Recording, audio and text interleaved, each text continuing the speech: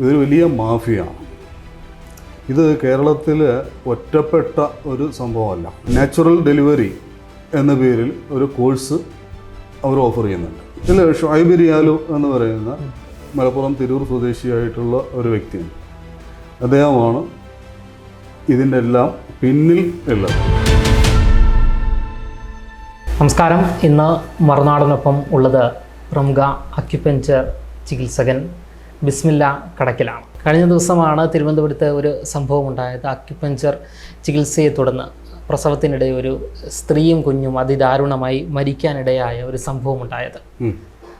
ഇത്തരത്തിൽ നമ്മൾ അറിയപ്പെടാത്ത അക്യുപഞ്ചർ ചികിത്സയെ തുടർന്ന് ഇത്തരത്തിൽ മരണങ്ങൾ സംഭവിക്കുന്നുണ്ടോ? അതുകൂടാതെ ഇതിന് പിന്നിൽ ഏതെങ്കിലും രീതിയിലുള്ള മാഫിയ സംഘങ്ങൾ കേരളത്തിൽ നിലനിൽക്കുന്നുണ്ടോ? നമ്മൾ ആദ്യം തന്നെ ഈ മരിച്ച കുട്ടിയോടും എൻ്റെ മാതാവിനോടുമുള്ള അനുശോചനം നമ്മൾ രേഖപ്പെടുത്താണ്. നമ്മൾ മനസ്സിലാക്കേണ്ടത്, ഇതിൽ യഥാർത്ഥ അക്യുപഞ്ചർ അല്ലെങ്കിൽ പരമ്പരാഗത ചൈനീസ് അക്യുപഞ്ചറുകാരല്ല ഈ ചികിത്സ ചെയ്യുന്നത്. ഇത് ചെയ്യുന്നത് സിംഗിൾ നീഡിൽ അക്യുപഞ്ചർ എന്ന് പറഞ്ഞിട്ട് കഴിഞ്ഞ ഒരു 10-15 വർഷത്തിനുള്ളിൽ അവർ സ്വയം കണ്ടെത്തിയെന്ന് അവകാശപ്പെട്ടുകൊണ്ട് പ്രചരിപ്പിക്കുന്ന ഒരു ചികിത്സാ രീതിയാണ്. അപ്പോൾ അതിന് പക്ഷേ അവർ ഇത് പഠിപ്പിക്കുകയും അവർ കൊടുക്കുന്ന സർട്ടിഫിക്കേഷൻ ഇപ്പോൾ ഭാരത് സേവക് സമാജ്, അതുപോലെ തന്നെ കേന്ദ്ര മാനവവിഭവശേഷി മന്ത്രാലയത്തിന് കീഴിലുള്ള അഫിലിയേറ്റ് ചെയ്തിട്ടുള്ള സ്റ്റേറ്റ് കൗൺസിൽ, JSS പോലുള്ള ഇൻസ്റ്റിറ്റ്യൂഷൻസ് പരമ്പരാഗത അക്യുപങ്ക്ചർ, ചൈനീസ് അക്യുപങ്ക്ചറിന് പഠിപ്പിച്ച് കൊടുക്കേണ്ട സർട്ടിഫിക്കേഷനാണ് ഇവർ ഈ സിംഗിൾ നീഡിൽ അക്യുപങ്ക്ചർ എന്ന് പറയുന്ന ഈ വ്യാജ സിസ്റ്റത്തിന് അവർ കൊടുക്കുന്നത്. അപ്പോൾ ഇത് സംബന്ധമായിട്ട് ആരോഗ്യവകുപ്പിനും അതുപോലെ തന്നെ കേരള ഹൈക്കോടതിക്കുമൊക്കെ കഴിഞ്ഞ വർഷം തന്നെ ഞാൻ പരാതി കൊടുത്തിരുന്നതാണ്. ഇത് ഇപ്പോൾ നിങ്ങൾ ചോദിച്ചതുപോലെ ഇതൊരു വലിയ മാഫിയാണ്. ഇത് കേരളത്തിൽ ഒറ്റപ്പെട്ട ഒരു സംഭവമല്ല, മറിച്ച് നമ്മൾ ഇവരുടെ തന്നെ സോഷ്യൽ മീഡിയ പേജുകളൊക്കെ നമ്മൾ എടുത്ത് നോക്കിയാൽ ഇവർ ഇതിനെ ഈ വീടുകളിലെ പ്രസവത്തെ പ്രൊമോട്ട് ചെയ്യുന്നതും, അതായത് ഈ ശിഹാബുദ്ദീൻ്റെ പിന്നിലുള്ള സംഘം അതെ, അപ്പോൾ അവർ അതിനെ പ്രൊമോട്ട് ചെയ്യുന്നതും അതിനെ പ്രോത്സാഹിപ്പിക്കുന്നതും നിരവധി അനുഭവസ്ഥരുടെ ടെസ്റ്റിമോണിയൽസ് അവർ പോസ്റ്റ് ചെയ്തിട്ടുള്ളതും ഒക്കെ നമുക്ക് കാണാൻ പറ്റും. മാത്രമല്ല, അവർ നാച്ചുറൽ ഡെലിവറി എന്ന പേരിൽ ഒരു കോഴ്സ് അവർ ഓഫർ ചെയ്യുന്നുണ്ട്. അപ്പോൾ ഈ കോഴ്സിൽ അവർ എങ്ങനെ പ്രസവം എടുക്കാം ഇതൊക്കെയാണ് അവർ പഠിപ്പിക്കുന്നത്. പക്ഷേ അതിൻ്റെ ശ്രദ്ധിക്കേണ്ട ഒരു കാര്യം, കേരളത്തിൽ ഇവർ നേരിട്ട് നടത്തുന്ന 12ഓളം ഇൻസ്റ്റിറ്റ്യൂട്ടുകളുണ്ട്, പഠിപ്പിക്കുന്ന സ്ഥാപനങ്ങളുണ്ട്. നമ്മുടെ തിരുവനന്തപുരം ജില്ലയിലുണ്ട്, കൊല്ലത്തുണ്ട്, അതുപോലെ തന്നെ എറണാകുളത്തുണ്ട്. കേരളത്തിൽ അങ്ങോളം കാസർഗോഡ് വരെ 12ഓളം സ്ഥാപനങ്ങൾ ഇവർ നടത്തുന്നുണ്ട്. ഓക്കെ, സത്യത്തിൽ ആരാണ് ഇതിന് പിന്നിൽ പ്രവർത്തിക്കുന്നത്? മുഖ്യ കണ്ണി എന്ന് പറയാൻ ആരായി? ഇല്ല, ഷുഐബ് റിയാലു എന്ന് പറയുന്ന മലപ്പുറം തിരൂർ സ്വദേശിയായിട്ടുള്ള ഒരു വ്യക്തിയുണ്ട്. അദ്ദേഹമാണ് ഇതിൻ്റെ എല്ലാം പിന്നിൽ ഉള്ളത്. ഇയാൾക്കെതിരെയാണ് താങ്കൾ പരാതി കൊടുത്തത്. പക്ഷേ കോടതിയും ഗവൺമെൻറ്റും ആ പരാതി അന്ന് വേണ്ട രീതിയിൽ പരിഗണിച്ചിരുന്നുവെങ്കിൽ അതിനെ തുടർന്നുള്ള ഈ അബദ്ധങ്ങൾ അല്ലെങ്കിൽ അപകടങ്ങൾ ഉണ്ടാവില്ലായിരുന്നു. ഇവർക്ക് സ്വന്തം സ്ഥാപനങ്ങൾ 12ഓളം ഉണ്ട്. കേരളത്തിൽ 12ഓളം സ്ഥാപനങ്ങളുണ്ട്. ഈ 12ഓളം സ്ഥാപനങ്ങളിൽ നിന്ന് ഒരു വർഷം ശരാശരി 1000-ഓളം പേര് പഠിച്ചിറങ്ങുന്നുണ്ട്. ഇപ്പോൾ ഭാരത് സേവക് സമാജുമായിട്ടാണ് ഇവർ അഫിലിയേറ്റ് ചെയ്തിട്ടുള്ളത്. പക്ഷേ ഭാരത് സേവക് സമാജ് കൊടുക്കുന്ന സർട്ടിഫിക്കേഷൻ പരമ്പരാഗത ചൈനീസ് അക്യുപഞ്ചറിൻ്റെ സർട്ടിഫിക്കറ്റ് കൊടുക്കണം എന്ന് പറഞ്ഞുകൊണ്ടാണ് ഇവർക്ക് പഠിപ്പിച്ച് കൊടുക്കണം എന്ന് പറഞ്ഞിട്ടുണ്ടെങ്കിൽ ഇവർക്ക് അഫിലിയേഷൻ കൊടുത്തിരിക്കുന്നത്. പക്ഷേ ഇവർ ചെയ്യുന്നത് ഇവർ തന്നെ കണ്ടുപിടിച്ചു എന്ന് അവകാശപ്പെടുന്ന വ്യാജ സിംഗിൾ നീഡിൽ അക്യുപഞ്ചർ പഠിപ്പിച്ച് ചൈനീസ് അക്യുപഞ്ചറിന് ഗവൺമെൻറ് കൊടുക്കുന്ന സർട്ടിഫിക്കറ്റ് ഇവർ പഠിതാക്കൾക്ക് കൊടുക്കുന്നു. ഇത് രണ്ടും തമ്മിലുള്ള വ്യത്യാസം എന്തെന്ന് പറഞ്ഞാൽ, ഒന്ന്, ചൈനീസ് അക്യുപഞ്ചർ പഠിക്കാനും പ്രാക്ടീസ് ചെയ്യാനും കുറച്ച് ബുദ്ധിമുട്ടാണ്. അധ്വാനിച്ചെങ്കിൽ മാത്രമേ അത് പഠിക്കാനും പ്രാക്ടീസ് ചെയ്യാനും പറ്റുള്ളൂ. അതേസമയം ഇവർ പഠിപ്പിക്കുന്ന സിംഗിൾ നീഡിൽ അക്യുപഞ്ചർ എന്ന് പറയുന്നത് വളരെ ലളിതമായിട്ട്, അല്ലെങ്കിൽ പരമ്പരാഗത അക്യുപഞ്ചർ എന്നുള്ള ബുദ്ധിമുട്ടുള്ള ഭാഗങ്ങളൊക്കെ മാറ്റി തങ്ങൾക്ക് തോന്നുന്ന രീതിയിൽ ചികിത്സിക്കാൻ കഴിയുന്ന ഒരു സിസ്റ്റമാണ് ഇവർ ഡെവലപ്പ് ചെയ്തിരിക്കുന്നത്. ഇപ്പോൾ ഡോക്ടർ സാദിഖ് സാറ് പെരുന്തൽമണ്ണ പറഞ്ഞിരുന്ന അനുജത്തിയെ കാണിച്ച് ജ്യേഷ്ഠത്തെ വിവാഹം കഴിപ്പിക്കുന്ന ഒരു പരിപാടി പോലെയാണ് യഥാർത്ഥത്തിൽ ഇവരിത് ചെയ്തുകൊണ്ടിരിക്കുന്നത്. അത് തന്നെയാണ് എനിക്കും ആ കാര്യത്തിൽ പറയാനുള്ളത്. ഒരു വർഷം ശരാശരി ഒരു 500 മുതൽ 700 വരെ ആളുകൾ ഇവരുടെ ഇൻസ്റ്റിറ്റ്യൂട്ടുകളിൽ നിന്ന് പഠിച്ചിറങ്ങുന്നുണ്ട്. അതും ഇവർക്ക് 5 ദിവസത്തെ അക്യുപഞ്ചർ കോഴ്സുണ്ട്, 10-12 ദിവസത്തെ കോഴ്സുണ്ട്. ഇനി ഇവർ ഏറ്റവും ടോപ്പ് ലെവലിൽ ചെയ്യുന്ന കോഴ്സിന് പോലും ഓഫർ ചെയ്യുന്ന കോഴ്സിന് ആഴ്ചയിൽ 1 ദിവസമാണ് ഇവരുടെ ക്ലാസ് എന്ന് പറയുന്നത്. ഈ ഒറ്റ ദിവസത്തെ കോഴ്സ് കൊണ്ട് ഈ ആഴ്ചയിൽ 1 ദിവസത്തെ ക്ലാസ് വീതം. അപ്പോൾ വർഷത്തിൽ വളരെ ചുരുങ്ങിയ ക്ലാസ്സുകൾ മാത്രമാണ് അവർക്ക് കിട്ടുക. ഇനി ഇവരുടെ അടുത്ത് നിന്ന് പഠിച്ച് ഇവരുടെ പഠിപ്പിക്കുന്ന രീതി ശരിയല്ല എന്ന് മനസ്സിലാക്കി അത് മതിയാക്കി അതിനെ വിമർശിക്കുന്ന ധാരാളം വിദ്യാർത്ഥികൾ ഇവരുടെ തന്നെ സ്റ്റുഡൻസ് ഉണ്ട്. അപ്പോൾ ഇത് ഒരു വലിയ സ്കാം നമ്മുടെ കേരളത്തിലെ ആരോഗ്യ മേഖലയിലേക്ക് വർഷം 1000-ഓളം വ്യാജ അക്യുപഞ്ചറിസ്റ്റുകൾ ബ്രോയിലർ രീതിയിൽ ഉൽപ്പാദിപ്പിച്ച് അവർ വിടുകയാണ്. അതിന് ചൈനീസ് അക്യുപഞ്ചറുമായിട്ടോ അല്ലെങ്കിൽ പരമ്പരാഗത അക്യുപഞ്ചറുമായിട്ടോ യാതൊരു ബന്ധവുമില്ല. അതിന് മുൻകൈ എടുക്കുന്നത് ഈ വ്യക്തിയാണ് എന്നാണ്. യെസ്, ഈ ഷുഐബ് റിയാലോ ആണ് യഥാർത്ഥത്തിൽ. ഇപ്പോൾ ഇയാളെ പിന്നെ താങ്കൾക്ക് നേരിട്ട് പരിചയമുള്ള ആളാണ്. എങ്ങനെയാണ് ഇയാൾക്കെതിരെയുള്ള പരാതിയുമായി താങ്കൾ മുന്നോട്ട് പോകുന്നത്? ഞാൻ പറഞ്ഞു 2011 മുതൽ സമാന്തര ചികിത്സാ മേഖലയിൽ ഉള്ള ആളാണ്. 2015 മുതൽ സമാന്തര ചികിത്സാ മേഖലയിൽ നേതൃസ്ഥാനത്ത് പ്രവർത്തിച്ചുകൊണ്ടിരിക്കുന്ന ഒരാളുമാണ്. അപ്പോൾ അന്ന് മുതൽ തന്നെ കേരളത്തിൽ എവിടെയെല്ലാം ആരെല്ലാം ഏതെല്ലാം ഇൻസ്റ്റിറ്റ്യൂട്ടുകൾ ഇതിൻ്റെയൊക്കെ കൃത്യമായൊരു ഡാറ്റ നമ്മുടെ കയ്യിലുണ്ട്. 2015 മുതൽ തന്നെ ഇവരുമായിട്ട് ഞങ്ങൾ സൗഹൃദത്തിൽ പരസ്പരം സഹകരിച്ച് മുന്നോട്ട് പോകുന്ന ഒരു സമയമായിരുന്നു, ഒരു 2 വർഷത്തോളം. അപ്പോൾ നമ്മൾ ഉപദേശിച്ചും നിർദ്ദേശിച്ചും അവരെ തിരുത്തുക എന്നുള്ള ആഗ്രഹത്തോടു കൂടി, അവർ തിരുത്തുമെന്നുള്ള പ്രതീക്ഷയോടുകൂടി സുഹൃത്തുക്കൾക്കിടയിൽ എങ്ങനെയായിരുന്നു അത്തരത്തിൽ നിങ്ങളിത് ചെയ്യുന്നത് ശരിയല്ല, തെറ്റാണ് എന്ന് പറഞ്ഞുകൊണ്ട് നമ്മൾ അവരുടെ മുമ്പിൽ നമ്മുടെ നിർദ്ദേശങ്ങൾ വയ്ക്കുമായിരുന്നു. 2017 മുതൽ ഇവർ ചെയ്യുന്ന സിസ്റ്റത്തെ അല്ലെങ്കിൽ ഇവർ ഫോളോ ചെയ്യുന്ന ചികിത്സാ രീതിയുടെ അപകടങ്ങൾ കൂടുതൽ വൾഗറായി വന്നപ്പോൾ നമ്മളതിനെ ശക്തമായിട്ട് വിമർശിക്കുകയും പരസ്പരം ശത്രുക്കളായി മാറുന്ന ഒരവസ്ഥ ഉണ്ടാവുകയും ചെയ്യുന്നു. അപ്പോൾ ഇവരുമായിട്ട് 4ഓളം സംവാദങ്ങൾ ഞാൻ തന്നെ നേരിട്ട് നടത്തിയിട്ടുണ്ട്. ഇവരുടെ ഗുരു അല്ലെങ്കിൽ ഇത് കണ്ടുപിടിച്ചു എന്ന് പറയുന്ന വ്യക്തി ഡോക്ടർ ഫസൽ റഹ്മാൻ സാറുമായിട്ട് അദ്ദേഹം ജീവിച്ചിരിക്കുന്ന സമയത്ത് അദ്ദേഹവുമായിട്ട് നിരവധി സംവാദങ്ങൾ ഞാൻ നടത്തിയിട്ടുണ്ട്. അത് കൂടാതെ കഴിഞ്ഞ വർഷം ഇത്തരം ചില സംഭവങ്ങളും മരണങ്ങളും ഒക്കെ ഉണ്ടായപ്പോൾ കോഴിക്കോട് ഷുഐബ് റിയാലുവിനെ എൻ്റെ നേതൃത്വത്തിൽ വിളിച്ചു വരുത്തുകയും മേലിൽ ഇത്തരം പരിപാടികൾ ആവർത്തിക്കരുത്, അത് മുഴുവൻ ചികിത്സാ മേഖലയെയും ബാധിക്കുന്നതാണ് എന്ന് കോഴിക്കോട് വുഡ്ലം ഹോട്ടലിൽ വെച്ച് നടത്തിയ മീറ്റിങ്ങിൽ താക്കീത് ചെയ്യുകയും ഒക്കെ ചെയ്തതാണ്. അപ്പോൾ വീണ്ടും അവർ തിരുത്താൻ അവർ തയ്യാറാകുന്നില്ല എന്ന് കണ്ടപ്പോഴാണ് ഞാൻ എന്ത് ചെയ്തത്, പരാതിയുമായിട്ട് കോടതിയെ സമീപിക്കുന്നതും അതുപോലെ തന്നെ ആരോഗ്യവകുപ്പിനെ സമീപിക്കുകയും ചെയ്തത്. ഓക്കെ. ഇപ്പോൾ ശിഹാബുദ്ദീൻ ഇപ്പോൾ അറസ്റ്റിലായിരിക്കുകയാണ്, അദ്ദേഹം പിടിയിലായിരിക്കുകയാണ്. അപ്പോൾ അതിനുശേഷമാണ് ഈ പറയുന്ന ആൾക്കാരൊക്കെ കഴിഞ്ഞ ദിവസം ഒരു പത്രസമ്മേളനം നടത്തുകയും ഈ ശിഹാബുദ്ദീനെ ന്യായീകരിക്കുന്ന രീതിയിലുള്ള ഒരു സംസാരം ഉണ്ടാവുകയും ചെയ്തത്. അതിനോട് എങ്ങനെ താങ്കൾ പ്രതികരിക്കുന്നത്?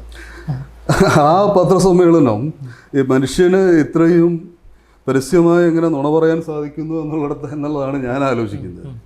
കാരണം ഇന്നലെ തന്നെ ഞാൻ ആ പത്രസമ്മേളനം അവർ നടത്തി അതിൻ്റെ പ്രസ്താവന അവർ പോസ്റ്റ് ചെയ്തപ്പോൾ തന്നെ അതിനെ കൗണ്ടർ ചെയ്തുകൊണ്ട് അതിനെ ഖണ്ഡിച്ചുകൊണ്ട് ഞാൻ എൻ്റെ ഒരു പ്രസ്താവന ഞാൻ മാധ്യമങ്ങൾക്ക് നൽകുകയുണ്ടായി. അപ്പോൾ അതിലവർ പറയുന്ന പ്രധാനപ്പെട്ട കാര്യം, ഏതെങ്കിലും അംഗീകൃത ചികിത്സയിൽ ഒരു രോഗി മരിക്കാനിടയായാൽ ആ ചികിത്സയെ ആരും വ്യാജമെന്ന് വിളിച്ച് ആക്ഷേപിക്കാറില്ല. അങ്ങനെ ചെയ്യുന്നത് ആ ചികിത്സയെ അംഗീകരിച്ച് ഉത്തരവിറക്കിയ കോടതിയെയും ഗവൺമെൻറ്റിനെയും അപഹാസ്യരാക്കുന്നതിന് തുല്യമാണ്. ഞാൻ ചോദിക്കട്ടെ, ഇവർ ചെയ്യുന്ന സിംഗിൾ നീഡിൽ അക്യുപങ്ക്ചർ എന്ന് പറയുന്നത് ലോകാരോഗ്യ സംഘടന അംഗീകരിച്ച ചികിത്സാ രീതിയാണോ? ഇന്ത്യ ഗവൺമെൻറ് അംഗീകരിച്ചത് ഇവർ ഉന്നയിക്കുന്ന വ്യാജ അക്യുപങ്ക്ചറിനെയാണോ? അതുപോലെ തന്നെ കോടതികൾ അംഗീകരിച്ചിട്ടുള്ളത് ഈ വ്യാജ അക്യുപങ്ക്ചറിനെയാണോ? കോടതിയും ഇന്ത്യ ഗവൺമെൻറ്റും വേൾഡ് ഹെൽത്ത് ഓർഗനൈസേഷനും ഒക്കെ അംഗീകരിച്ചിരിക്കുന്നത് പരമ്പരാഗത ചൈനീസ് അക്യുപങ്ക്ചറിനെയാണ്. അതിൻ്റെ മറവിലാണ് ഇവർ എന്ത് ചെയ്യുന്നത്, ഈ വ്യാജ സിസ്റ്റത്തെ ഇവർ കടത്തിവിടുന്നത്. ഇപ്പം ഞാനും മോഡേൺ മെഡിസിനെ പലപ്പോഴും വിമർശിക്കുന്ന ഒരാളാണ്, ശക്തമായി തന്നെ വിമർശിക്കാറുണ്ട്.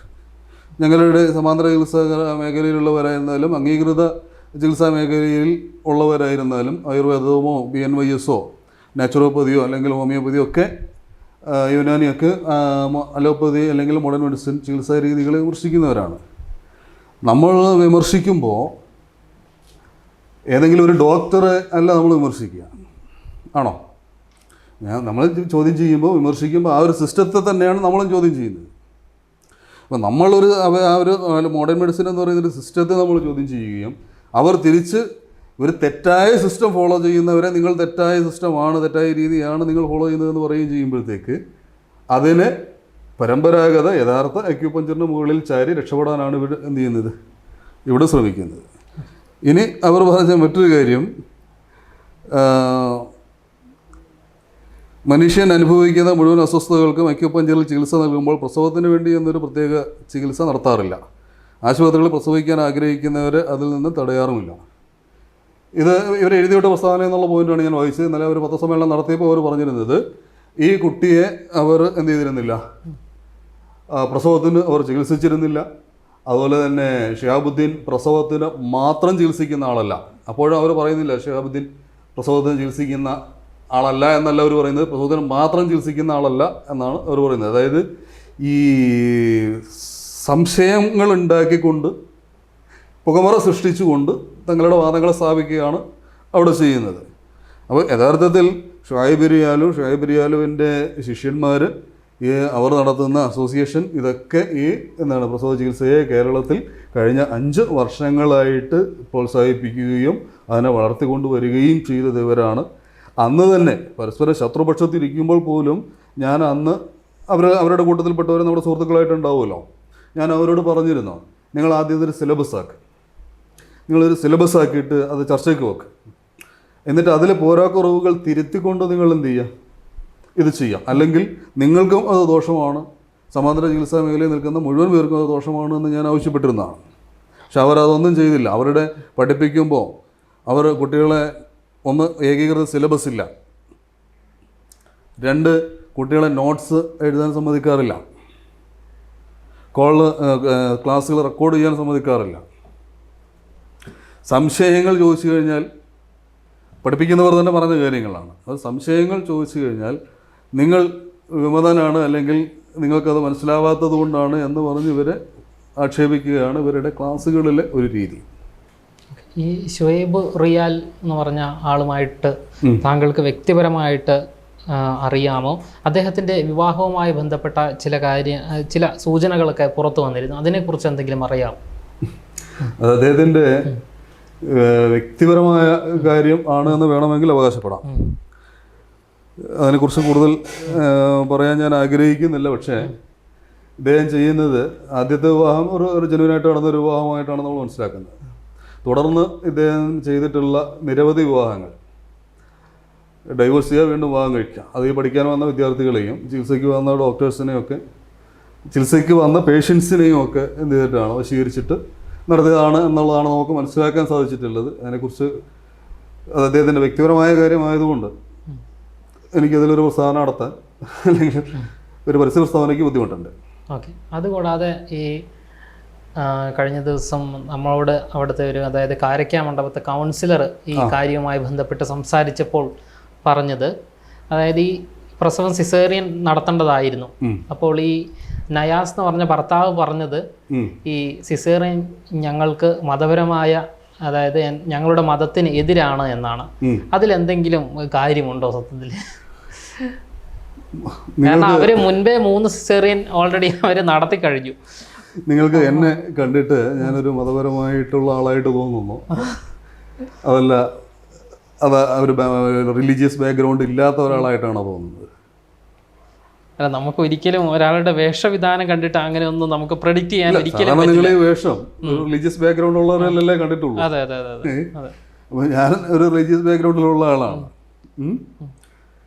ശസ്ത്രക്രിയ കണ്ടുപിടിച്ചത് തന്നെ പ്രവാചക വൈദ്യമേഖലയിലുള്ളവരും ഇന്ത്യൻ ട്രഡീഷണൽ ചികിത്സാ രീതികളിൽ ഉള്ളവരുമാണ്. അവരാണ് അതിൻ്റെ ഇന്നും ഉപയോഗിച്ചുകൊണ്ടിരിക്കുന്ന ശസ്ത്രക്രിയാ ഉപകരണങ്ങൾ ഉൾപ്പെടെ അവർ കണ്ടുപിടിച്ചത്. അപ്പം അത് ഒരിക്കലും ഇസ്ലാമിനോ മുസ്ലിമീങ്ങൾക്കോ അല്ലെങ്കിൽ ഇസ്ലാമിക അധ്യാപനങ്ങൾക്കോ യാതൊരു നിലയിലും എതിരായിട്ട് വരുന്നൊരു കാര്യമല്ല. പിന്നെ ഇവിടെ കരയ്ക്ക മണ്ഡപത്തെ കേസിൽ ഇവർ ചെയ്യുന്ന ഒരു അപാകതയുണ്ട്. അതായത് ഈ ഷുഹൈബ് റിയാലുവിൻ്റെ സംഘം അവർ ചൈനീസ് അക്യൂപങ്ചറിൻ്റെ മറവിൽ വ്യാജ അക്യൂപങ്ചർ പഠിപ്പിക്കുന്നു. ഈ വ്യാജ അക്യൂപങ്ചറിനെ മതവുമായിട്ട് കൂട്ടിക്കുഴച്ചുകൊണ്ട് ഒരു മതപരമായിട്ടുള്ള ഒരു മൂടുപടം അണിയിച്ചുകൊണ്ട് ജനങ്ങളുടെ ഇടയിൽ സ്വീകാര്യത ഉണ്ടാക്കാൻ വേണ്ടി ഇത് ചെയ്യുന്നു. ഇവർ ഇതിന് പിന്നെ ലക്ഷ്യമിടുന്നത് ഇതാണോ? അവരുടെ ബിസിനസ്സിനെയാണ് അവർ ലക്ഷ്യമിടുന്നത്. കാരണം ഒരു റിലീജിയസ് ബാക്ക്ഗ്രൗണ്ട് അതിന് അല്ലെങ്കിൽ റിലീജിയസ് കവറിങ് അതിന് കൊടുത്തു കഴിഞ്ഞാൽ തീർച്ചയായിട്ടും എന്ത് ചെയ്യും, ജനങ്ങളുടെ ഇടയിൽ സ്വീകാര്യത കൂടും. അപ്പോൾ ആ ഒരു സ്വീകാര്യത അവരുടെ ബിസിനസ്സിനെ വളർത്താൻ വേണ്ടി അവർ ആ ഒരു മൂടുപടം അണിയിക്കുന്നതാണ്. അല്ലാതെ അതിന് യാതൊരു ഇസ്ലാമിക ബാക്ക്ഗ്രൗണ്ടില്ല, ചൈനീസ് ബാക്ക്ഗ്രൗണ്ടില്ല. കാരണം ചൈനയിലെ ട്രഡീഷണൽ അക്യൂപങ്ചർ എന്ന് പറയുന്നത് ശസ്ത്രക്രിയ ഉൾപ്പെടെ അതിനകത്ത് എന്ത് ചെയ്യുന്നുണ്ട്, ട്രഡീഷണൽ അക്യൂപങ്ചറിലുണ്ട്. ശസ്ത്രക്രിയ അക്യൂപങ്ചർ ഇല്ലാത്ത ഒരു കാര്യമല്ല. ഷുഹൈബ് റിയാലു അവകാശപ്പെടുന്നുണ്ടല്ലോ ഷിഹാബുദ്ദീൻ അയാൾ പ്രസവ ചികിത്സ ചെയ്യുന്നില്ല എന്നുള്ളത്, പ്രസവ ചികിത്സ മാത്രം ചെയ്യുന്ന ആളല്ല എന്നുള്ളത്. ഈ ഷിഹാബുദ്ദീൻ എവിടെ നിന്നാണ് ഈ പ്രസവ ചികിത്സ പഠിച്ചത്? ഷുഹൈബ് റിയാലിൻ്റെ അടുത്തു നിന്നാണ്. ഈ പാരക്ക മണ്ഡപത്ത് ഈ പെൺകുട്ടിയുടെ പ്രസവം എടുത്തതാരാണ്? ഷുഹൈബ് റിയാലുവിൻ്റെ കല്ലാട്ടുമുക്കിലെ ഇൻസ്റ്റിറ്റ്യൂട്ടിൽ പഠിക്കുന്ന ഈ നയാസിൻ്റെ ആദ്യ ഭാര്യയിലെ മകളാണ്. അങ്ങനെയാണ് അല്ലേ സ്റ്റോറി. ഈ നയാസിൻ്റെ മകൾ പെൺകുട്ടിക്ക് ഷുഹൈബിൻ്റെ ശിഷ്യയാണ്, സ്റ്റുഡൻ്റാണ്. അത് ആദ്യഘട്ടങ്ങളിൽ ആ വാർത്ത വന്നിരുന്നു. പിന്നീട് മാധ്യമങ്ങളും പോലീസും ആ കുട്ടിയുടെ പ്രായത്തിൻ്റെ കുറവ് കൊണ്ടും ഭാവിയെ ആലോചിച്ചിട്ടുമൊക്കെ ആ കുട്ടിയെ കേസിൽ നിന്ന് ഒഴിവാക്കി നിർത്തിയിരിക്കുകയാണ്. അതിനെ ആ കാര്യത്തിലേക്ക് വലിച്ചഴക്കണമെന്ന് നമുക്കൊന്നും താല്പര്യമില്ല. പക്ഷേ ഇവിടെ അങ്ങനെ ഒരു കണക്ഷൻ ഉണ്ട്. അപ്പോൾ ഈ കുട്ടി പ്രസവം എടുക്കാൻ ഉള്ള ഇൻസ്പിറേഷൻ ഈ കുട്ടിക്ക് ഉണ്ടായത് ഇവിടെ നിന്നാണ്. നമ്മൾ ആ റൂട്ടിലൂടെ നമ്മളൊന്ന് ചിന്തിച്ച് നോക്കും. അപ്പോൾ ഇവർ വർഷങ്ങളായിട്ട് ഒരു സംഘടിതമായിട്ട് ചെയ്തുകൊണ്ടിരിക്കുന്ന ഒരു സ്കാം ആണ് പ്രസവ ചികിത്സ ഉൾപ്പെടെ. ഇപ്പോൾ തിരുവനന്തപുരത്ത് കല്ലാട്ടുമുക്കിൽ 2 മാസം മുമ്പ് മരണപ്പെട്ട അമീർ ഹംസ എന്ന് പറയുന്ന ചാലയിൽ വ്യാപാരിയായിട്ടുള്ള ഒരാളുടെ മകൻ, അദ്ദേഹം ഡയബറ്റിക്കിനാണ്. ഇവരുടെ അടുത്ത് ട്രീറ്റ്മെൻറ്റിന് പോയി ഇവർ നിങ്ങളതിന് മരുന്നൊന്നും കഴിക്കേണ്ടതില്ല, ടെസ്റ്റുകളൊന്നും ചെയ്യേണ്ടതില്ല എന്ന് പറഞ്ഞുകൊണ്ട് അദ്ദേഹത്തിൻ്റെ എല്ലാവിധ ചികിത്സകളും എല്ലാവിധ മോണിറ്ററിങ്ങും അവർ തടഞ്ഞുകൊണ്ട് അവസാനം അദ്ദേഹം എന്ത് ചെയ്തു, ഷുഗർ വർദ്ധിച്ച് നിയന്ത്രണാതീതമായി മരിക്കുകയാണ് ചെയ്യുന്നത്. അതുപോലെ തന്നെ ബാലരാമപുരത്ത്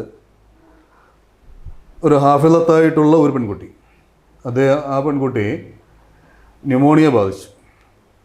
ന്യൂമോണിയ ബാധിച്ച ഈ കുട്ടിയെ യാദൃശ്ചികമായിട്ട് എൻ്റെ തിരുവനന്തപുരത്ത് തന്നെ എൻ്റെ ഒരു സുഹൃത്തായിട്ടുള്ള അക്യൂപങ്ചറിസ്റ്റിൻ്റെ അടുക്കൽ വരികയും നിങ്ങൾ എത്രയും പെട്ടെന്ന് ഈ കുട്ടിയെ മെഡിക്കൽ കോളേജിൽ അഡ്മിറ്റ് ചെയ്യണം, അല്ലെങ്കിൽ അതിന് സൗകര്യമുള്ള ഹോസ്പിറ്റലിൽ അഡ്മിറ്റ് ചെയ്യണമെന്ന് ആവശ്യപ്പെട്ടിട്ട് പോലും അത് ചെയ്യാതെ ഇവർ നേരെ ഈ വ്യാജ ചികിത്സകൻ്റെ അടുക്കൽ കൊണ്ടുപോവുകയും ഒരാഴ്ചയ്ക്കുള്ളിൽ ആ കുട്ടി മരിക്കുകയാണ് ചെയ്തത്.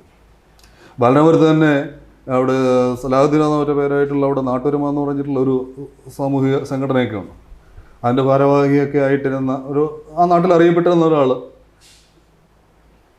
ഇവരുടെ ഷുഗർ ചികിത്സയിൽ സ്വീകരിച്ച് രോഗം നിയന്ത്രണാതീതമായി മരിച്ച ഒരാളാണ്. അതുപോലെ തന്നെ ബാലരാമപുരത്ത് തന്നെ 32 വയസ്സുള്ള ഒരു പെൺകുട്ടി ക്യാൻസർ ബാധിച്ച് RCCയിൽ നിന്ന് നിങ്ങൾ വെല്ലൂർ മെഡിക്കൽ കോളേജിലേക്ക് കൊണ്ടുപോകണം എന്ന് പറഞ്ഞ ആ പേഷ്യൻറ്റിനെ ഞങ്ങൾ ശരിയാക്കി തരാം എന്ന് പറഞ്ഞുകൊണ്ട് ഇവർ ചികിത്സിച്ച് ഏതാനും കുറച്ച് നാളുകളായിട്ടുള്ള ആ കുട്ടിയും മരിച്ചിട്ട്. ഇത് ചില പോക്കറ്റുകളിലെ കാര്യം മാത്രമാണ്. തിരുവനന്തപുരം ജില്ല മാത്രം എടുത്ത് നോക്കിക്കഴിഞ്ഞാൽ ഇത്രയും വലിയ ഒരുപാട് സംഭവങ്ങളുണ്ട്. കേരളം മുഴുവൻ നമ്മൾ എടുത്തു കഴിഞ്ഞാൽ നിങ്ങൾ ഇപ്പോൾ ഗൂഗിളിലോ അല്ലെന്നുണ്ടെങ്കിൽ ഫേസ്ബുക്കിലൊക്കെ സെർച്ച് ബോക്സിൽ വീട്ടിലെ പ്രസവം അല്ലെങ്കിൽ കുഞ്ഞ് മരിച്ചു എന്നൊക്കെ ഒരു ടാഗ് ലൈൻ ഇട്ട് നിങ്ങൾ സെർച്ച് ചെയ്ത് നോക്കിക്കഴിഞ്ഞാൽ ഇതിൻ്റെ 100 കണക്കിന് സംഭവങ്ങൾ നിങ്ങൾക്ക് കാണാൻ സാധിക്കും. ഈ വ്യാജന്മാരെ എങ്ങനെ നമ്മൾ ഈ തിരിച്ചറിയാൻ സാധിക്കും? ജനങ്ങൾക്ക് കൊടുക്കാവുന്ന സന്ദേശം എന്തായിരിക്കും താങ്കളുടെ? അവർ എന്ത് ചെയ്യും, ഈ ഏത് രോഗത്തിനും മിക്കവാറും ഒരു സൂചി മാത്രമേ അവർ കുത്താറുള്ളൂ. ശരീരത്തിൽ പ്രധാനപ്പെട്ട 12ഓളം ഓർഗൻസ് ഉണ്ട്, 12ഓളം ബോഡി സിസ്റ്റംസ് ഉണ്ട്. അതിൽ ഒരു നീഡിൽ കൊണ്ട് ഇതിനെല്ലാം റെപ്രസെൻ്റ് ചെയ്യാൻ സാധിക്കും, അല്ലെങ്കിൽ രോഗം ബാധിച്ച ബോഡി സിസ്റ്റംസിനെ എങ്ങനെ റെപ്രസെൻ്റ് ചെയ്യാൻ സാധിക്കും എന്ന് ചോദിച്ചു കഴിഞ്ഞാൽ അതിനുള്ള മറുപടി അവർ ഇതുവരെ എന്ത് ചെയ്തിട്ടില്ല, അവർക്ക് പറയാൻ സാധിച്ചിട്ടില്ല. ഇനി മറ്റൊന്ന്, ഇവർ ചെയ്യുന്നത് ജീവൻ രക്ഷാ മരുന്നുകൾ ഉൾപ്പെടെ ഔഷധങ്ങൾ ഉൾപ്പെടെ എല്ലാ ഔഷധങ്ങളും നിർത്തിവെക്കാൻ അവർ ആവശ്യപ്പെടും. ലാബ് ടെസ്റ്റുകൾ അവർ തടയും, അവർ ചെയ്യണ്ട എന്ന് പറയും. ഇപ്പോൾ അവർ ഞങ്ങൾ രോഗിയുടെ താല്പര്യപ്രകാരം ലാബ് ടെസ്റ്റ് ചെയ്യുകയാണെങ്കിൽ അവർ ചെയ്തോട്ടെ, അത് അവരുടെ ഇഷ്ടമാണ് എന്നാണ് ഞങ്ങൾ പറയുന്നത് എന്നാണ് അവർ അവകാശപ്പെടുന്നത്. പക്ഷേ രോഗികളോട് നിങ്ങളത് ആവശ്യപ്പെട്ട് കഴിഞ്ഞാൽ, ചോദിച്ചു കഴിഞ്ഞാൽ രോഗികൾ പറയും ഇവർ ലാബ് ടെസ്റ്റ് ചെയ്യാൻ അനുവദിക്കില്ല എന്നുള്ളത് അവർ വ്യക്തമായിട്ട് പറയുന്നുണ്ട്. നിങ്ങൾ തന്നെ ഇപ്പോൾ വെഞ്ഞാറമൂട്ടിൽ നിന്ന് ചെയ്തൊരു വീഡിയോയിൽ ചില രോഗികൾ പറഞ്ഞു ലാബ് ടെസ്റ്റുകൾ നിങ്ങൾ ചെയ്യാൻ പാടില്ല എന്ന് ഇവർ പറഞ്ഞതായിട്ട് ഈ പേഷ്യൻസ് പറയുന്നുണ്ട്. ആൾസോ വിശ്വാസവുമായിട്ട് കൂട്ടിക്കൊഴിച്ചിട്ട് എന്ത് പറയും, വിഡ്ഢിത്തങ്ങൾ സംസാരിക്കും.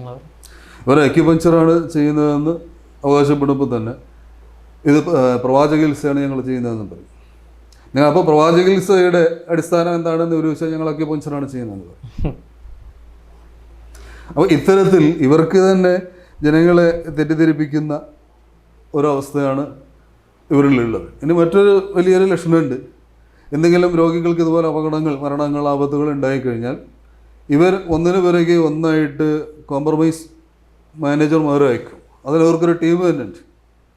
അവർ ഈ മരണപ്പെട്ട ആളുടെ ബന്ധുക്കളെ അല്ലെങ്കിൽ അവരുടെ വീടുകളിൽ സമീപിച്ചിട്ട് അത് വിധിയല്ലേ, മതമല്ലേ, അത് അങ്ങനല്ലേ, പടച്ചവനെ നിശ്ചയം നമുക്ക് മാറ്റാൻ സാധിക്കുമോ എന്നിങ്ങനെ മതപരമായിട്ടുള്ള കാര്യങ്ങൾ പറഞ്ഞ് ഇവരെ കൺവിൻസ് ചെയ്ത് ആ കേസുകളും അതുപോലെ വിവാദങ്ങളും പ്രശ്നങ്ങളൊക്കെ ഒഴിവാക്കലാണ് ഇവരുടെ രീതി.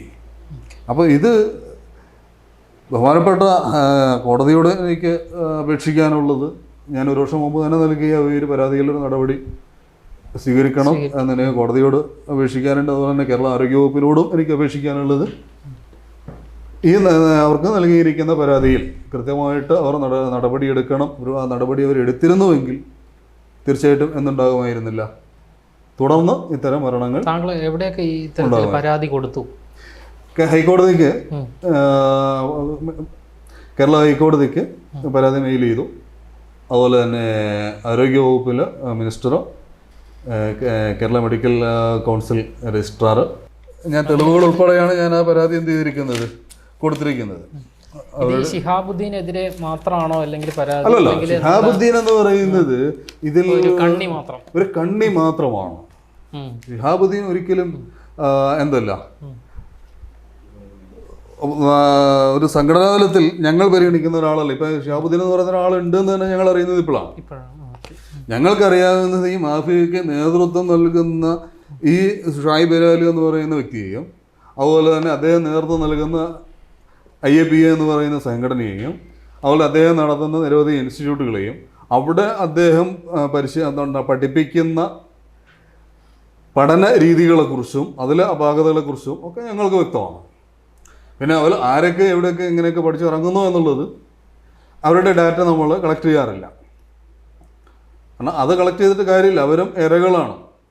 ഇപ്പോൾ ഉദാഹരണത്തിന് നിങ്ങളോട് ഞാൻ പഠിപ്പിക്കുന്ന കാര്യം 100% പെർഫെക്റ്റ് ആണെന്ന് എനിക്ക് നിങ്ങളെ വിശ്വസിപ്പിക്കാൻ സാധിച്ചാൽ നിങ്ങൾ എന്ത് ചെയ്യും? ഞാൻ പറയുന്നതിന് അംഗീകരിക്കും. നിങ്ങൾക്ക് എന്തെങ്കിലുമൊക്കെ ചില റിസൾട്ടുകൾ എന്നിൽ നിന്ന് കിട്ടിക്കഴിഞ്ഞാൽ നിങ്ങൾ പിന്നെ എൻ്റെ അടിമയായിട്ട് മാറും. ഇതാണ് യഥാർത്ഥത്തിൽ അവിടെ സംഭവിക്കുന്നത്. ഞാൻ വളരെ ഗുരുതരമായിട്ടുള്ളൊരു കാര്യം ഞാൻ പറഞ്ഞുതരാം. ഇവരുടെ അസോസിയേഷൻ അംഗങ്ങൾ, ഈ ഷുഹൈബ് ബലാലിയുടെ ശിഷ്യന്മാരിൽ, ഈ അസോസിയേഷൻ്റെ പേരെന്താ? IAPA എന്നാണ് അതിൻ്റെ ചുരുക്കപ്പേര്. ഇന്ത്യൻ അക്യൂപങ്ചർ പ്രാക്ടീസ് അസോസിയേഷൻ എന്നാണ് അതിൻ്റെ പൂർണ്ണനാമം. ഇപ്പോൾ നിലവിൽ കേരള മെഡിക്കൽ പ്രാക്ടീഷണേഴ്സ് ആക്ട് 41-ാം വകുപ്പ് 2-ാം ഉപവകുപ്പ് പ്രകാരം ഇത്തരം വ്യാജ ചികിത്സകൾ പ്രൊമോട്ട് ചെയ്യുന്ന അസോസിയേഷനുകൾക്ക് അതിൽ ഓരോ അംഗത്തിനും 5 ലക്ഷം രൂപ വരെ പിഴ വിധിക്കാമെന്നുള്ളതാണ്. നിയമങ്ങളില്ലാത്തത് കൊണ്ടല്ല, നിയമങ്ങൾ കൃത്യമായിട്ട് നടപ്പാക്കപ്പെടാത്തതാണ് ഇവിടുത്തെ പ്രശ്നം എന്ന് പറയുന്നത്.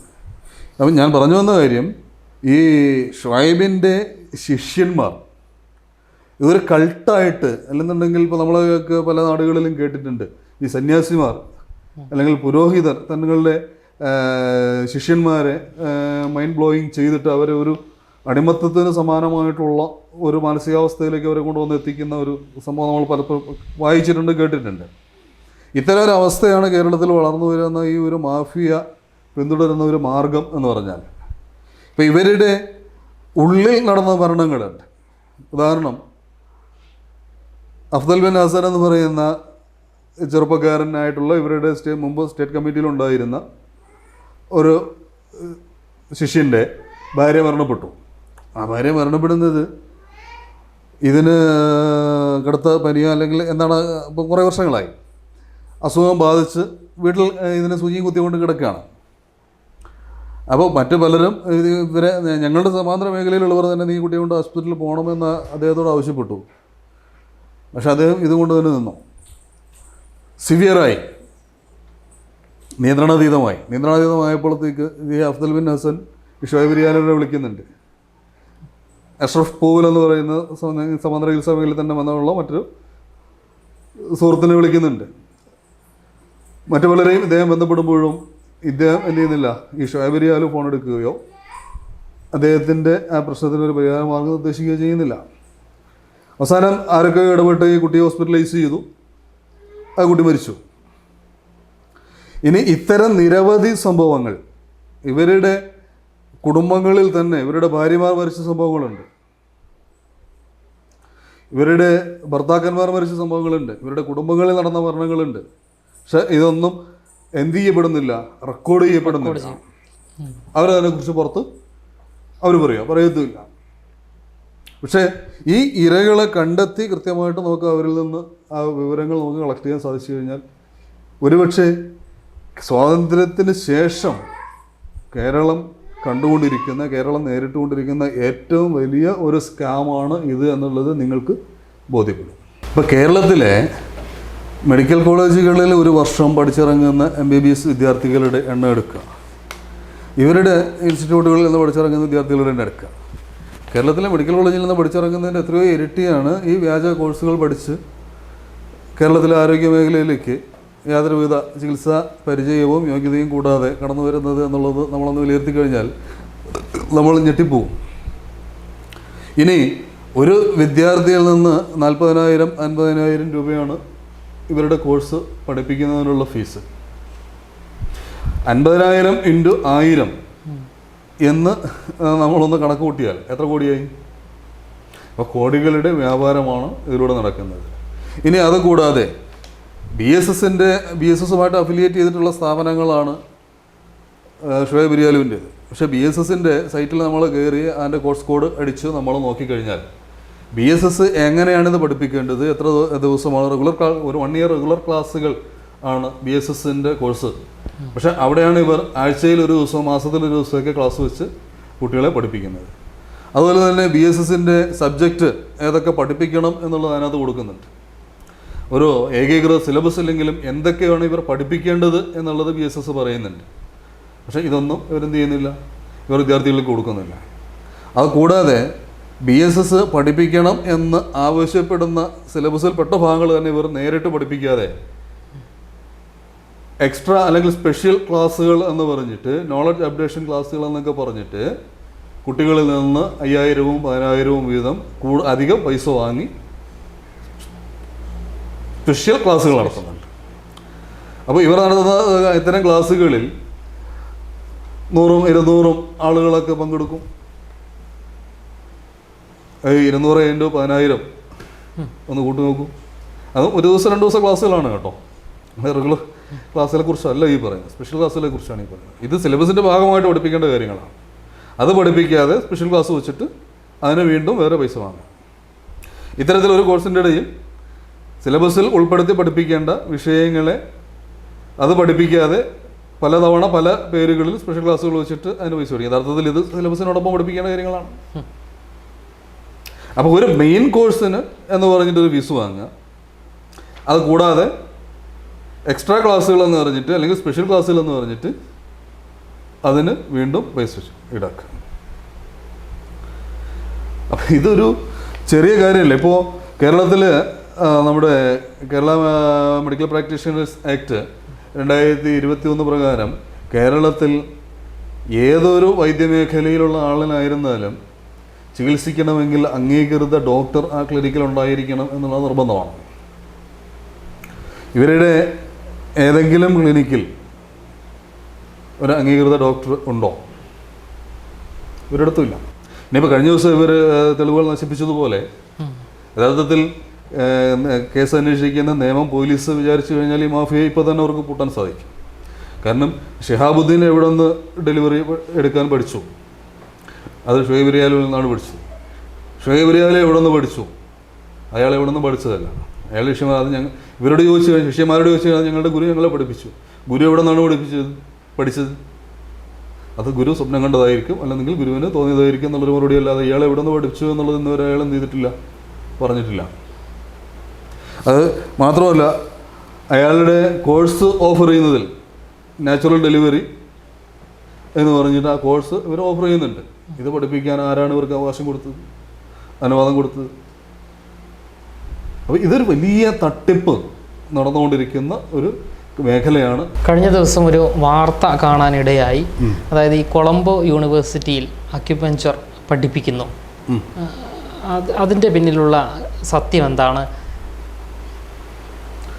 ഈ കൊളംബോ ഇൻ്റർനാഷണൽ ഓപ്പൺ യൂണിവേഴ്സിറ്റി എന്ന് പറയുന്നത് അതൊരു വ്യാജ പ്രസ്ഥാനമാണ്, അല്ലെങ്കിൽ വ്യാജ യൂണിവേഴ്സിറ്റിയാണ് എന്നുള്ളത് പ്രൂവ് ചെയ്യപ്പെട്ടിട്ടുള്ളതാണ്. അവരുടെ രീതി എന്ന് പറയുന്നത്, അവർ നിരവധി കോഴ്സുകൾക്ക് PhD ഡോക്ടറേറ്റൊക്കെ ഓഫർ ചെയ്യുന്നുണ്ട്. പൈസ കൊടുക്കുന്നതിനനുസരിച്ചിട്ട്, ഉദാഹരണത്തിന് വിഷ്ണു, മോൻ്റെ പേര് വിഷ്ണു എന്നല്ലേ? അമലിന് ഏതെങ്കിലും ഒരു വിഷയത്തിൽ ഡോക്ടറേറ്റ് വേണമെങ്കിൽ നിങ്ങളുടെ കയ്യിൽ അതിനുള്ള പൈസ ഉണ്ടെങ്കിൽ, അവർ ആവശ്യപ്പെടുന്ന പൈസ നിങ്ങൾക്ക് കൊടുക്കാറുണ്ടെങ്കിൽ അമലിന് ആവശ്യപ്പെടുന്ന ഡോക്ടറേറ്റ് അവർ തരും. ഇനി ഈ കൊളംബോ യൂണിവേഴ്സിറ്റി മാത്രമല്ല, ഇത്തരത്തിൽ നിരവധി വ്യാജ PhDകൾ കൊടുക്കുന്ന, വ്യാജ കോഴ്സുകൾ സർട്ടിഫൈ ചെയ്യുന്ന സ്ഥാപനങ്ങൾ കേരളത്തിലുണ്ട്, ഇന്ത്യ ഒട്ടാകെയുണ്ട്. അവർക്ക് ഒരു പ്രത്യേകിച്ചൊരു വിഷയം വേണമെന്നില്ല. അവർക്ക് ഒരു വിഷയം വന്നു കഴിഞ്ഞാൽ അവർ അത് തട്ടിക്കൂട്ടി അതിൻ്റെ പേരിൽ ഒരു ഡോക്ടറേറ്റ്. പണ്ട് ഇത് രഹസ്യമായിരുന്നു. എൻ്റെ രസകരമായ കാര്യം എന്താണെന്ന് വെച്ചാൽ, പണ്ട് ഈ വ്യാജ ഡോക്ടറേറ്റൊക്കെ കൊടുക്കുന്നത്, അതെങ്ങനെ കൊടുക്കുന്നു, ഏത് രൂപത്തിലാണ് അത് കിട്ടുന്നത് എന്നുള്ളതൊന്നും ആർക്കും അറിയില്ലായിരുന്നു. പക്ഷേ ഇന്ന് കേരളത്തിൽ നമ്മുടെ മുസ്ലിം വിഭാഗത്തിൽ തന്നെ മതപണ്ഡിതന്മാരുൾപ്പെടെ ഈ പൈസ കൊടുത്ത് വ്യാജ ഡോക്ടറേറ്റ് വാങ്ങി ഞാൻ PhD എടുത്തു എന്ന് പറഞ്ഞിട്ട് പ്രചരിപ്പിച്ച് നടക്കുന്നവരുണ്ട്. ഞാനൊരു മുസ്ലിം കമ്മ്യൂണിറ്റിയിൽ നിന്നുള്ള ആളായതുകൊണ്ട് എനിക്കതിനെക്കുറിച്ച് കൂടുതൽ അറിയാം. എന്നാൽ എല്ലാ മതവിഭാഗങ്ങളിൽപ്പെട്ട ആളുകളും ഇത് പേരിനോടൊപ്പം ഡോക്ടർ എന്ന് വെക്കാൻ വേണ്ടിയിട്ട് ഇത് പൈസ കൊടുത്ത് വാങ്ങുന്നുണ്ട്. ഇപ്പോൾ എൻ്റെ ഒരു എക്സ്പീരിയൻസ് ഞാൻ പറഞ്ഞു തരാം. എനിക്ക് അക്യുപങ്ക്ചർ പഠിക്കാൻ വേണ്ടിയിട്ട് അന്ന് ഏതൊക്കെ സ്ഥാപനങ്ങൾ എവിടെയൊക്കെ ഉണ്ട് എന്നുള്ളതിനെക്കുറിച്ച് വലിയ ധാരണ നമുക്കില്ല. അപ്പോൾ ഈ കോഴ്സ് എവിടെ ഉണ്ട് എന്നറിയാൻ വേണ്ടിയിട്ട് പരിസ്ഥിതി സമാജിൻ്റെ സൈറ്റിൽ നിന്ന് നമ്മൾ അവരുടെ നമ്പർ എടുത്ത് അവർ തന്നതനുസരിച്ചിട്ട് അവരുടെ ഒരു ജില്ലാ കോർഡിനേറ്ററിനെ ബന്ധപ്പെട്ടപ്പോൾ അദ്ദേഹം എന്നെ തിരിച്ചിങ്ങോട്ട് വിളിക്കുകയാണ്.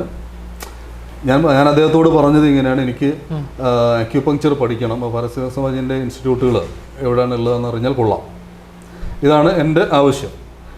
അദ്ദേഹം എന്നെ ഇങ്ങനെ നിരന്തരം തിരിച്ചു വിളിക്കുകയാണ്, നിങ്ങൾക്ക് എപ്പോൾ ഇൻസ്റ്റിറ്റ്യൂട്ട് തുടങ്ങാൻ പറ്റും, ഇതാണ് അദ്ദേഹത്തിൻ്റെ ചോദ്യം. എനിക്ക് പഠിക്കാൻ വേണ്ടിയിട്ടാണ് ഞാൻ നിങ്ങളുടെ ഈ സ്ഥാപനങ്ങൾ, നിങ്ങളുടെ അഫിലിയേഷനുള്ള സ്ഥാപനങ്ങൾ എവിടെ ഉണ്ട് എന്ന് ഞാൻ അന്വേഷിക്കുന്നത്. അതൊന്നും അതിൻ്റെ ഒന്നും ആവശ്യമില്ല, നിങ്ങൾക്ക് എപ്പോഴാണ് ഇൻസ്റ്റിറ്റ്യൂട്ട് തുടങ്ങാൻ പറ്റുക, അതാണ് ഇവർ എന്നോട് ചോദിക്കുന്നത്. ഒരു ഇൻസ്റ്റിറ്റ്യൂട്ടിൻ്റെ രജിസ്ട്രേഷൻ വെച്ചിട്ട് 12ഓളം ഇൻസ്റ്റിറ്റ്യൂട്ടുകൾ നടത്തുകയാണ് ചെയ്യുന്നത്. ഇത് പരിസ്ഥിതി സമാജിൻ്റെ നിബന്ധനകൾക്ക് വിരുദ്ധമായിട്ടുള്ളൊരു കാര്യമാണ് ഇയാൾ ചെയ്യുന്നത്. അപ്പോൾ ഈ പരിസ്ഥിതി സമാജ് ഉൾപ്പെടെയുള്ള സർട്ടിഫൈ ചെയ്യുന്ന ഏജൻസികളെ, ഇൻസ്റ്റിറ്റ്യൂഷനുകളെ ഗവൺമെൻറ് കൃത്യമായിട്ട് ഓഡിറ്റ് ചെയ്യുകയും മോണിറ്റർ ചെയ്യുകയും വേണം. മറ്റൊന്ന്, ഇപ്പോൾ ക്ലിനിക്കൽ എസ്റ്റാബ്ലിഷ്മെൻറ്റ് ആക്ട് ആയിരുന്നാലും, കേരള പബ്ലിക് ഹെൽത്ത് ആക്ട് ആയിരുന്നാലും, കേരള മെഡിക്കൽ പ്രാക്ടീഷണേഴ്സ് ആക്ട് ആയിരുന്നാലും, ഇതിലെ വകുപ്പുകൾ കടലാസിൽ ഉള്ളത് പ്രവൃത്തിയിലേക്ക് കൊണ്ടുവരണം.